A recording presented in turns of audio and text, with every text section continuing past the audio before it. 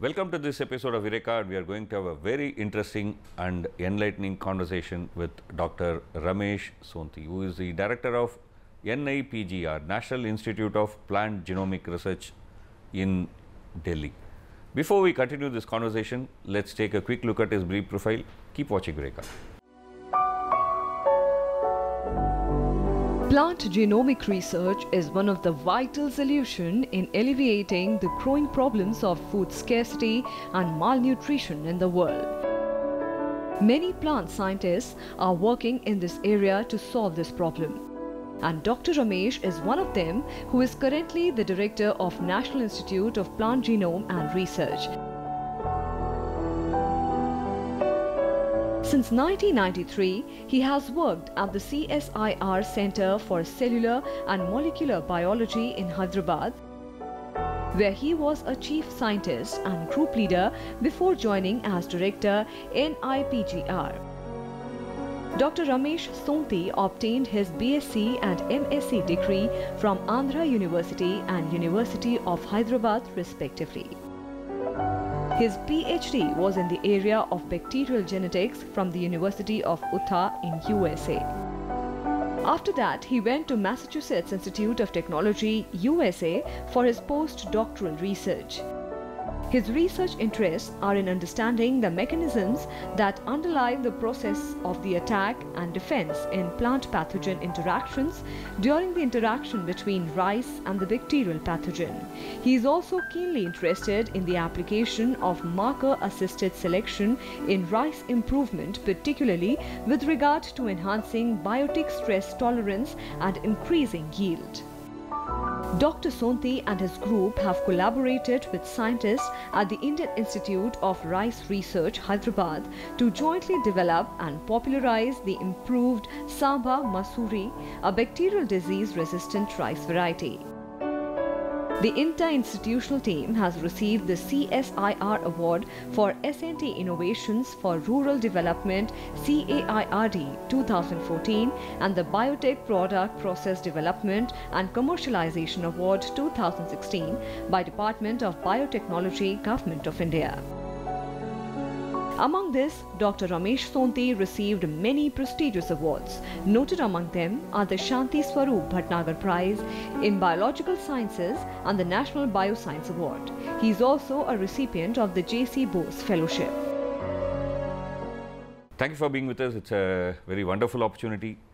And you have done a very interesting work of finding a variety, improved Samba Masuri variety for rice, which can withstand one of the major problems that farmers are facing. So let's start with this research. Okay, this is called as what in Telugu? I mean, this particular disease. This disease is called Endaku Tegulu. That means it is a problem that makes the leaf dry.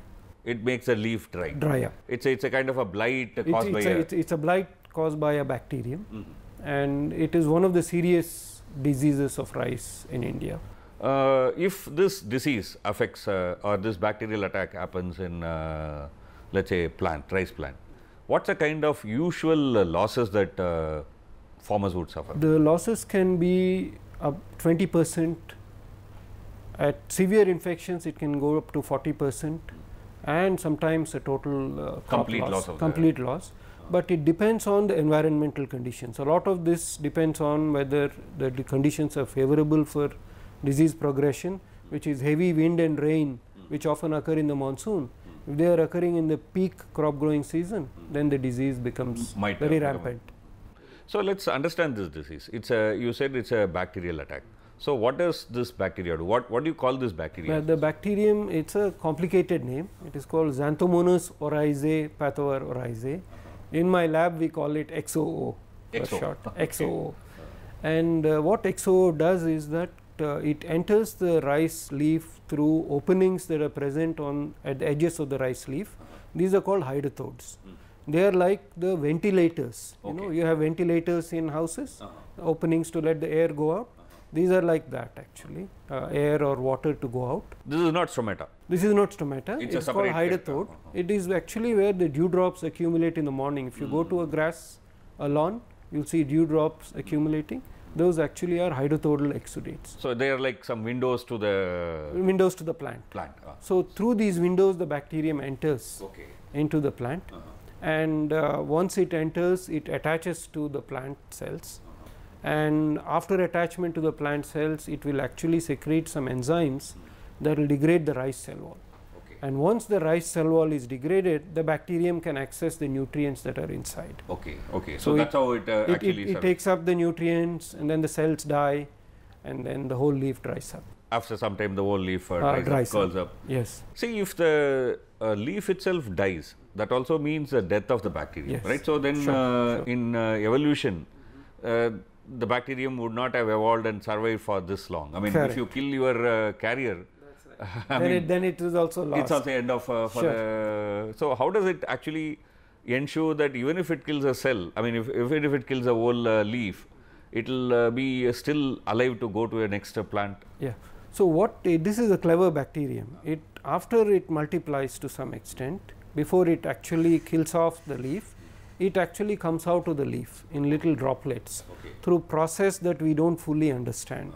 It actually comes out, and there are small droplets of this bacterial culture that are present on the rice leaves. On the surface? On the surface. And because this disease occurs at the time when there is a lot of wind and rain, those droplets get splashed onto the next leaf. Okay. And again it finds those windows, enters the leaf, and the process continues. So basically that's why you said that this disease can be deadly if the weather condition is right. Precisely. Suppose if it was a very dry summer kind of weather, then perhaps transmission from one plant to another most likely may not happen. Precisely, and that is why it is specifically dependent on the weather conditions. Okay. Right. If it's a monsoon that is not very active, then the disease doesn't actually occur to that extent. But if it is a very good monsoon, unfortunately, a good monsoon also ends up good for these infections that affect the crop. Yeah. So then that's when the disease also becomes rampant. So basically here the transmission is through wind and rain. That is what transmits this bacterium from one to another. But suppose once you have completely cleared the field, after your harvest, you have completely cleared the field, you have done the tilling, you are replanting rice. So how does this come to that rice field? So there are two ways in which it can come. One way is that it can survive on top of the leaves, on top of the seed. The seed from the previous harvest, that the bacterium can survive there. Then there is what is called the stubble, that is after the harvest what is left behind, it can actually survive on that also for some period. There are also wild grasses or wild relatives of rice that are there at the edges of rice fields. They can survive also on those. So once you found this mechanism and then you found that this is the bacterium which is causing the disease, this is what exactly is happening, how did you go about tackling it? Right. What we found was that, and this was also actually known already beforehand, that certain rice varieties are resistant to certain isolates of this pathogen from India.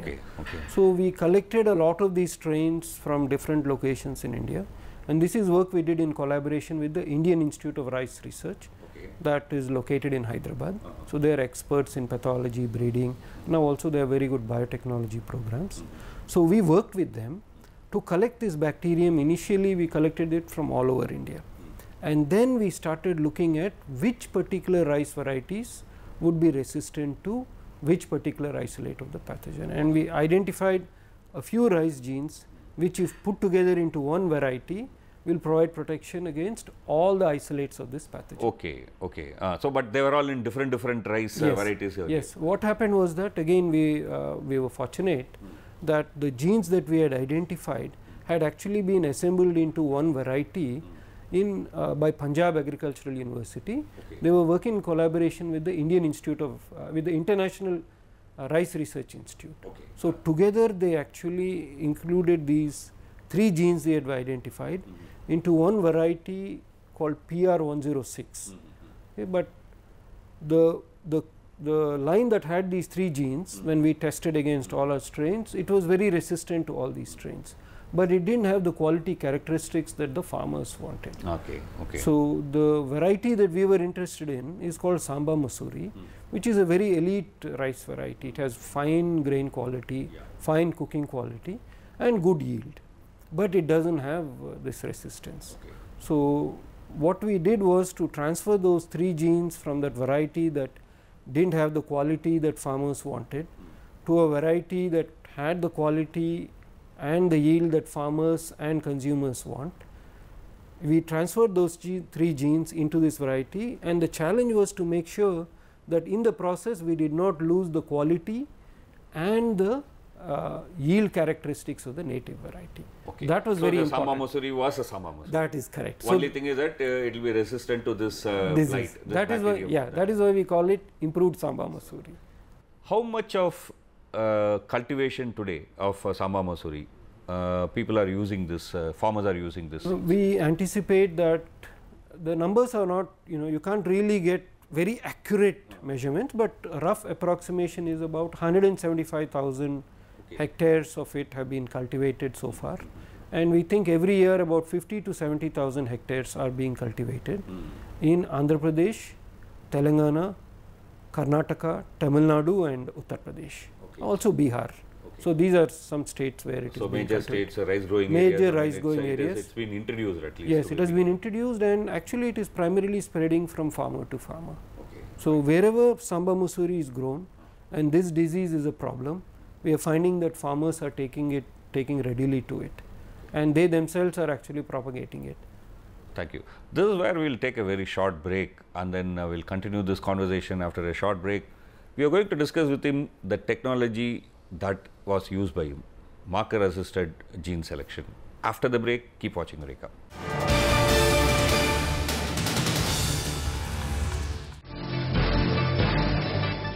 Watch Political Theatre with me, Vishal Dahiya, at 6 p.m. today only on Rajya Sabha TV.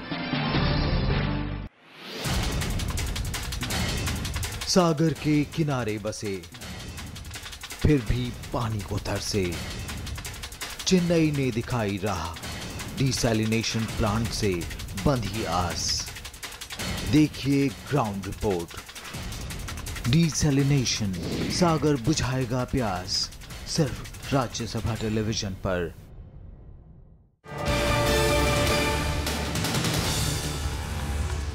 Welcome back to Eureka. We are having a very wonderful conversation with Professor Ramesh Sonti, who is the director of NIPGR, National Institute for Plant Genomic Research in New Delhi. We were talking about the improved variety of Samba Masuri that you had developed as part of your research career, in which you have been able to put 3 genes which gave kind of almost protection against various kinds of bacterium which causes a particular kind of blight in that particular plant. And we were talking about how people are taking it, farmers are finding it useful, yes, right? Yes. One question that generally people think is that the Indian Scientific Research Institute does research and then it stays in the shelf. So from your this experience, what do you say to this criticism? I think there are challenges to take technology from the laboratory to the field, but there are lots of Indian scientists who are actually working very hard to take technologies developed in the lab to society at large, so that it can actually, the fruits of this research are actually available to the public. Leveled against the Indian research for quite some time. I mean, if you look at the press or the popular kind of comment, is that most of the questions taken up by Indian scientists are not necessarily relevant to Indian condition. We are just aping the West. So again, with your research experience and the kind of work that you did, what would be your? See, what I would say, I can only I can talk from my own perspective. I studied my PhD and postdoc outside India. One PhD was in bacterial genetics, postdoctoral research was on plant genetics. So coming back to India, I wanted to work on a bacterial disease of a crop that is important from an Indian context, and that is how I worked on bacterial blight of rice. I had worked on bacteria, I had worked on plants, but I had not worked on this XOO bacterium, I had not worked on rice. But I did want to work on something that is of benefit to Indian, that is important for Indian farmers. So that's how I chose this. And there are a number of investigators in India who actually have chosen that kind of a route where they decide to work on a problem that is actually relevant from an Indian perspective, malaria, dengue, and there are other diseases of rice and other crops. So there is a lot of work that is going on, but each individual has to make their own choice as to how they want to do their research. And also the opportunity. The opportunities that are available, the training that is available. So many things come, but how the intent. Did you stumble into this area? I mean, like plant genomics and then research on plant genomics. How did you stumble into this? So as I was saying, my background is in bacterial genetics and plant genetics, and coming back to India, I wanted to work on this disease, and I started interacting with the Rice Research Institute, Indian Institute of Rice Research in Hyderabad. So the terms of our collaboration was that they would help me. At that time in CCMB where I was working, there was no facilities for growing plants. We were, myself and a colleague of mine, Dr. Imran Siddiqui, we were starting out the plant group there. So we didn't have the facilities for growing rice. So the Rice Research Institute said that, okay, we will give you the facilities for doing this. We will help you set up your lab, do all your experiments, provide you all your research material, but in turn you have to work with us on developing this resistant variety. And once you decided to get into that area, then you have to learn about, a lot of it is actually outcomes of genomics research. So a lot of the work that we did, we are actually using the fruits of genomics research that were done by others. We are actually used it in our work. So that's how I got into genomics research. One of the technology, if one can call it, that you use for developing this is what is called as marker assisted gene selection, right? So can you explain what it is? What do we do here?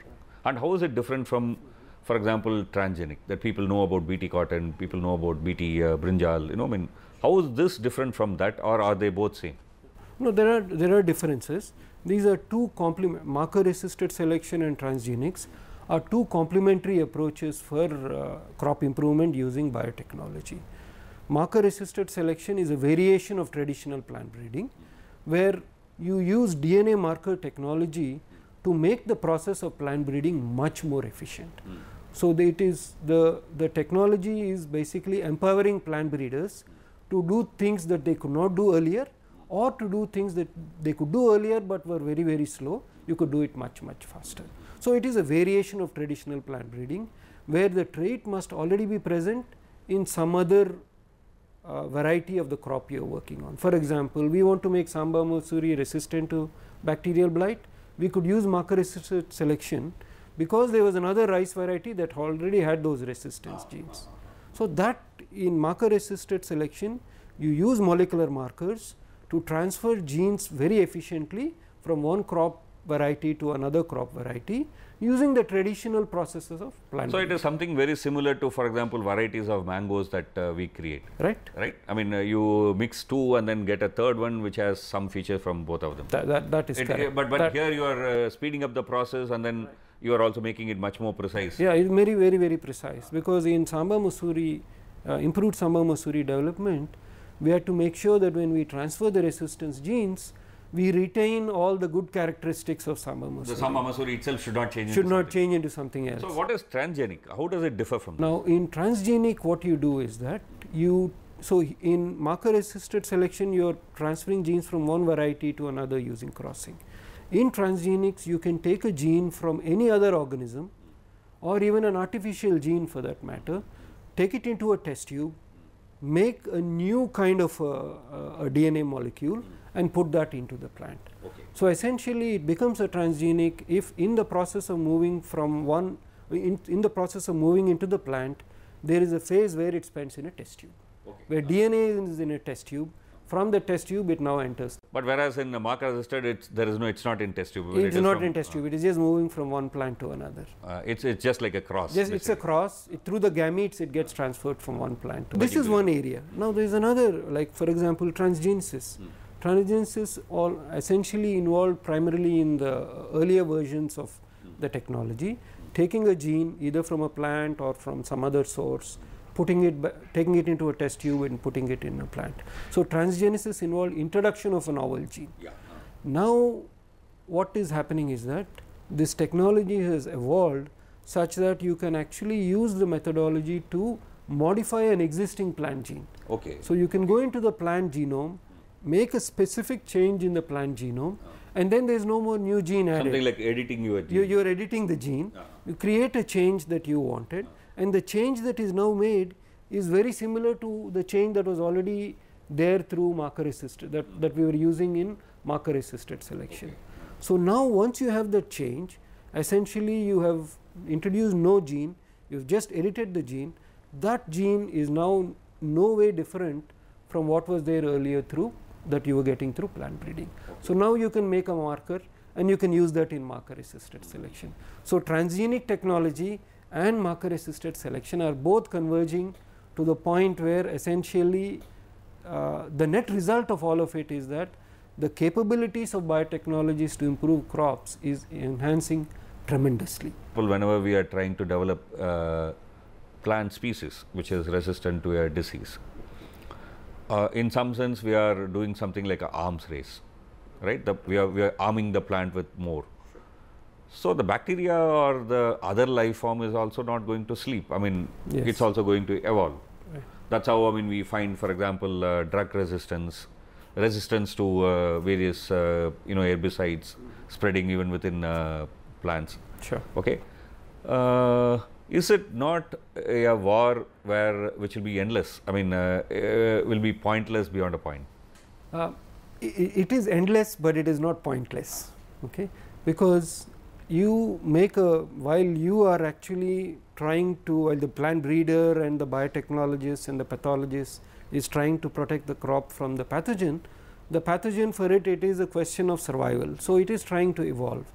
So, you are in an arms race, you are in a race with the bacterium, but if you plan your research well enough and you make your choices initially, for example, when we made improved Samba Masuri, we identified 3 genes. That was what the initial work was very important, identifying the 3 genes that were effective. So, once those are introduced, now we find that we have tested more than 1,000 isolates of this bacterium from all parts of the country, and the line that has these 3 genes, it is tolerant to the bacterium. But in time it is likely that the bacterium will evolve to break it down. So, but that will be too long, it will take longer time. No, it may take about 10 years or so, but we are in the process simultaneously isolating newer resistance genes that we can always add on to this particular variety. If the contingency arises, we can always add on and keep that plant, now it is resistant to the bacterium. So, with careful planning, you can actually stay ahead of the pathogen. Yeah. The second is it the only route that available for biotechnologies? Can we not look at, for example, abiotic issues?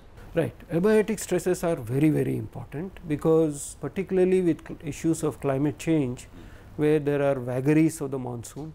So, you have periods of drought and then you may have periods of heavy rain. So, there are these issues, and they are very, very big challenges that are coming up. Fortunately, particularly in rice itself, there is a lot of work that has been going on in this regard. There is a gene called SUB1. It is a very, very interesting gene. It came from an Indian land race that was growing in a rice line that was growing in Orissa, that could stay submerged for 2 weeks. Okay. So, it allows the rice plant to stay submerged for 2 weeks, and once the water recedes, the crop grows, it resumes growth normally. So, that gene has been identified by a group in the United States in collaboration with the International Rice Research Institute. That gene is now available for Indian researchers to move it into their own varieties, and it has been moved in. The varieties have been released. There is one variety called Swarna SUB1 that actually has been released, and others are also there which have both drought tolerance and flooding tolerance. Both are there built into one variety. So, there are challenges. There are developments that have occurred. The one difference between abiotic stress and biotic stress is that in a biotic stress, when you are breeding for biotic stress resistance, there is the antagonist, if you may say, is evolving. In abiotic stress, there is no evolution there. You make it resistant to drought, and you don't, it's fine. It should be fine. unless again the climate changes further and there are some other variables that you have to count on. You don't have to worry about a foe that is actively trying to defeat you. One of the major concerns that people have about biotechnology, particularly in agriculture and foodstuff, is that perhaps it's not that safe. I mean, there are lots of concerns about biotechnologically modified food crops and seeds. What's your take on it? Primarily the concerns have been coming with the use of transgenic technology, where a gene has been introduced into a crop. Now, as I said, the newer technologies that are coming where genome editing is occurring, the genome edited plant is in no way different from a plant that is bred through traditional breeding. So, genome edited plants, in my opinion, are essentially the same as plants bred through traditional breeding, and there should not really be any concern in terms of safety assessments of those. The issue comes with regard to where you have introduced a new gene into a plant. Now, there are issues, and the question that comes up, is that safe? Is that going to be enhanced toxicity or allergenicity? These are issues that come up. Or is it possible that the gene is going to spread into other lines, and if it spreads into other lines, is that going to create a problem in these other lines? Many of these are essentially, I feel that for transgenic technology, you must assess on a case by case basis the risk that is associated with making that particular intervention. Okay. And once you identify the risk that could be there, then develop protocols for testing for whether that risk is in actuality a fact or something that you are just thinking might be happening. So, if that risk is indeed real, then drop the product. But once you have done the testing and it turns out that in the testing process it is found to be okay, that there is no real risk involved and the product is safe, I think it should be possible. It should be, one should be able to release it for consumers. We don't have much time, but then I need to ask you this, because you are the director of NIPGR, National Institute of Plant Genomic Research. What do you think are the major challenges that your institute is going to take now for facing tomorrow? The tomorrow is going to be very, very different from yesterday, right? So, how are you reinventing your institution? See, NIPGR has been at the forefront of the plant genomics research in India. It has contributed to plant genomics research in the area of tomato, in the area of chickpea, and several other crops in terms of genomics research. The challenge now is to convert that genomics research knowledge that you have got into products that can be of benefit to the Indian farmer and the consumer. That is on one level. You have to be doing that while at the same time keeping in tune with the newer advances that are occurring in genomics research and make sure that you are staying in the forefront of genomics research. So, one of the things we are doing right now is to essentially focus on using this new DNA technology. How do you develop platforms for using this genomics knowledge, both to understand how plants develop? This is the basic research in terms of how plants develop. That is on one side. And on the other side is how you can use the genomics knowledge to actually employ these new information to develop newer varieties of crops. So, we are using platforms for primarily marker assisted selection and genome editing. These are two areas that we are focusing on in terms of developing the newer varieties of crops. And then we are doing basic research on using this genomic information to find out the functions of some of these new genes that have been identified through the genomics research. That is basic research involved in understanding the function of a gene. Once you have understood the function of a gene, then you can actually use that gene, modify it in ways that you would like it to be modified for the benefit of improving and also introduce into the crops that is actually needed by the farmers. That's right. So, once you identify that, you get that knowledge, then you can use that knowledge to transfer that gene into your crops of interest. Very nice. I mean, it's a very wonderful conversation that we had. Thank you for being with us in this show. I mean, it's a very nice thing. Thank you very much. Keep watching Eureka. We'll come back with another interesting conversation next week.